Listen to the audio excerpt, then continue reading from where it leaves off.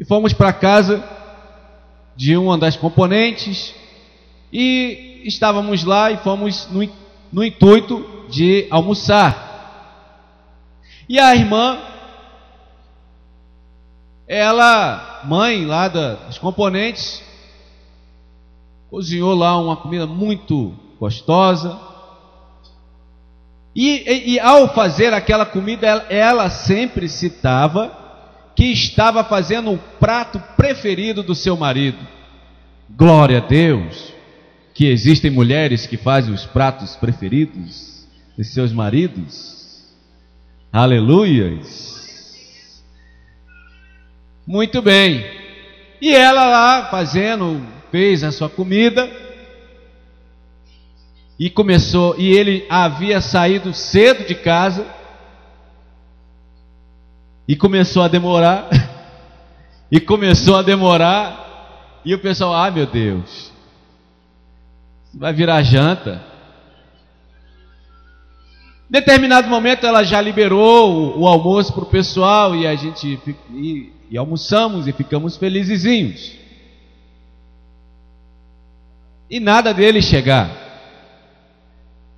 Ela, crente no Senhor Jesus, orando pela conversão do seu marido, até que em determinado momento chega ele, alcoolizado, brabo. Mas quando ela percebeu que ele chegou no portão, ela já correu, ligou a televisão, colocou no canal que ele gostava, levou a mesinha, já colocou ali o alimento na mesinha para poder ele chegar, sentar, assistir a televisão e fazer o seu almoço. E nisso o pessoal observando. E ele chegou, sentou, colocou lá, fez o prato, experimentou. E ela satisfeita, porque tinha feito o prato que ele gostava. E ele experimentou. E ele a chamou, fulana. E ela, quando ela chegou, ele disse: se você não sabe fazer, não se meta a fazer o que você não sabe. Quando for assim, chama a sua mãe e pede para ela fazer e faz outra coisa para eu comer aí. Glória a Deus! E ela recolheu tudo e foi lá fazer o bife acebolado, que isso ela sabia fazer e sabia que ele gostava. E a criançada adolescente já ali, já se mordendo de raiva. Ingrato! E com raiva dela também, submissa! Mas ela orava pela conversão dele. Chorava, dobrava o seu joelho. Glória a Deus. Anos mais tarde, e coloca alguns anos nisso, fui convidado para poder pregar numa igreja lá no Rio de Janeiro. E ao chegar naquela igreja, um irmão veio falar comigo, veio me cumprimentar. Lá ainda é assim: pastor Chiquinho, a paz do Senhor, querido, a paz do Senhor. Oh, que bênção!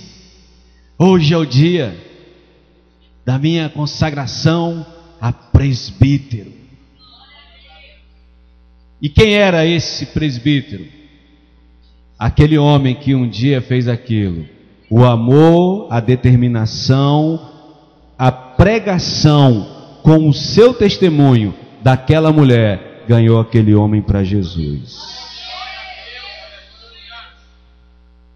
Pastor, eu não sou empresária, eu não sou empresário, mas Deus quer te usar naquilo que você faz.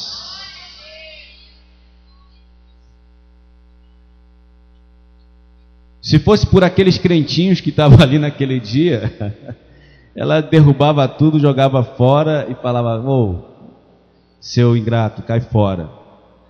Mas no nome de Jesus, conforme a missionária Fátima disse, né? O ABC do crente, o alfabeto do crente é obedecer. E outra palavra que tem no alfabeto, no vocabulário do crente. No vocabulário do crente obediente ao Senhor Jesus, não existe separação, existe superação. Se você concorda com isso, aplauda e glorifique o nome do Senhor.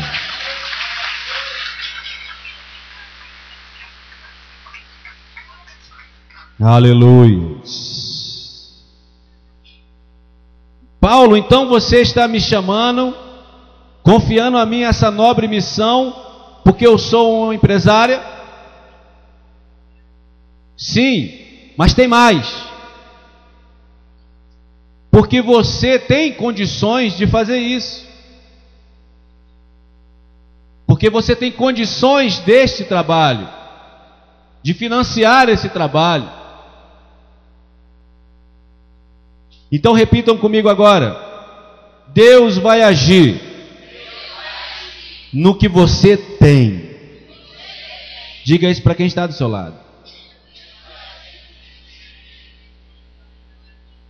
Ahá! Então eu estou liberado nessa.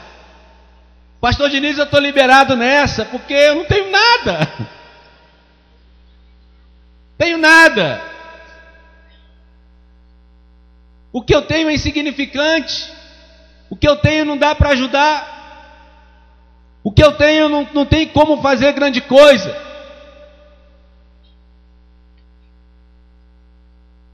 Talvez algumas pessoas, quando viram a grande multidão, pelo menos 5.000,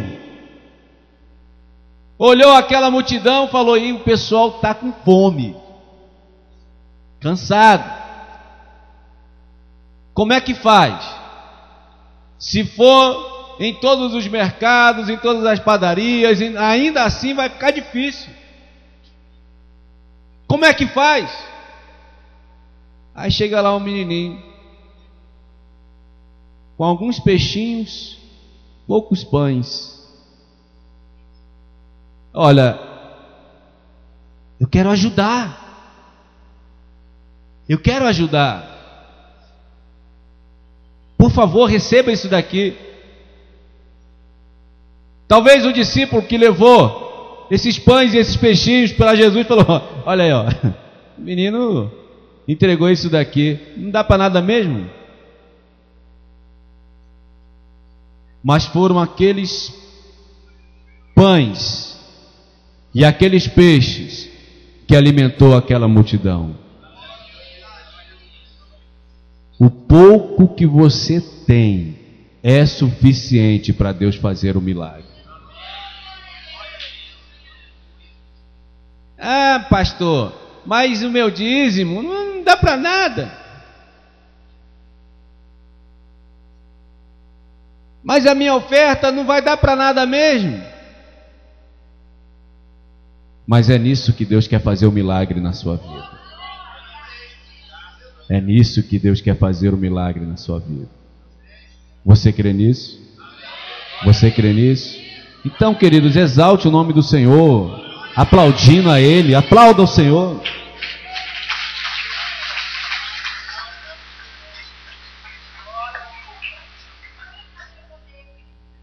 Aleluia. Ok, apóstolo, eu vou. Mas e aí, o que eu falo? O que eu devo falar? Não, minha querida, você leva. Não se preocupe com o que você vai dizer. Apenas faça o que você tem que fazer.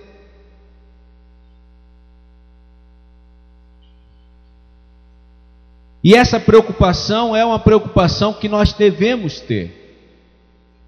Queridos, a maioria de nós, a maioria de vocês, mesmo aqueles que estão mais recentes na igreja, já ouviram a respeito do poder que tem as nossas palavras. Porque o que nós falamos reflete, repercute e é utilizado no mundo espiritual. Entenda essa verdade.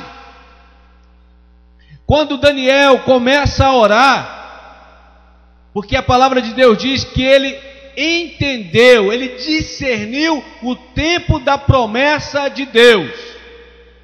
Diga assim: o tempo da promessa de Deus. Daniel conhecia a palavra de Deus. Daniel conhecia a promessa de Deus.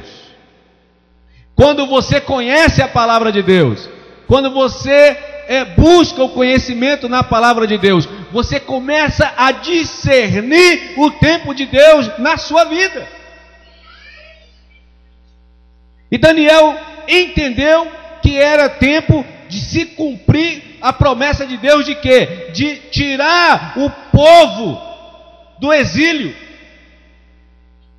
E ele começou a orar. E ele diz que chorou, que se entristeceu e começou a orar. E depois de 21 dias, o anjo fala para ele: Daniel, homem muito desejado, muito querido por Deus, desde que você dobrou os teus joelhos e se aplicou em orar, o Senhor mandou a resposta. Mas eu fui impedido pelo príncipe da Pérsia. E você tem que entender que este principado tinha alguma coisa de diferente do modus operandi do que estava acontecendo, porque Daniel estava na Babilônia. Babilônia era considerada a nação poderosa, a nação mais poderosa que existia era Babilônia. Mas quando o anjo vem, ele é interceptado por quem? Pelo príncipe da Pérsia. E aí qual a revelação que Deus ele faz com que Daniel saiba? Ele responde a Daniel, ele diz para Daniel que o príncipe da Pérsia, que a Pérsia viria e suplantaria a Babilônia. Deixa eu explicar algo para vocês. No mundo material, Babilônia ainda estava em evidência, mas no mundo espiritual, Pérsia já estava em evidência. Isso nos faz entender que primeiro acontece no mundo espiritual e depois se concretiza no mundo material. Pastor, como que funciona isso? Funciona da seguinte maneira: o ser humano que é dotado por Deus de autoridade, quando ele pronuncia, quando ele se coloca em posição, quando ele determina em Deus, ou ele utiliza do livre-arbítrio, da autoridade que Deus deu como ser humano, ele tem a possibilidade de movimentar o mundo espiritual. Pérsia já se movimentava, já se mobilizava no mundo espiritual. Eles criam, porque eles já faziam as suas oferendas, eles já determinavam lá que eles estariam suplantando Babilônia. Entenda essa realidade espiritual. O que você fala, o que você faz, determina o mundo espiritual. É por isso que muitas das vezes nós temos visto as pessoas na igreja mais derrotadas, pessoas na igreja, mas que projetos não vão para frente, pessoas na casa do Senhor, mas que não conseguem. Ah, meu Deus, como para mim não dá certo, para mim nunca vai, para os outros é abençoado, eu nunca sou, o fulano é abençoado, eu não sou, fulano é abençoado, eu não sou. Mas deixa eu te dizer uma coisa: começa a se colocar na posição de homem, de mulher de Deus, de servo do Senhor, em obediência, e aí o que você fala vai movimentar o mundo espiritual, e você vai ver que você vai estar sendo muito mais do que vencedor em Cristo Jesus. Aleluias! Nós sabemos disso. Quantas das vezes já ouvimos isso? Quantas das vezes é aconselhado: mães, libere palavras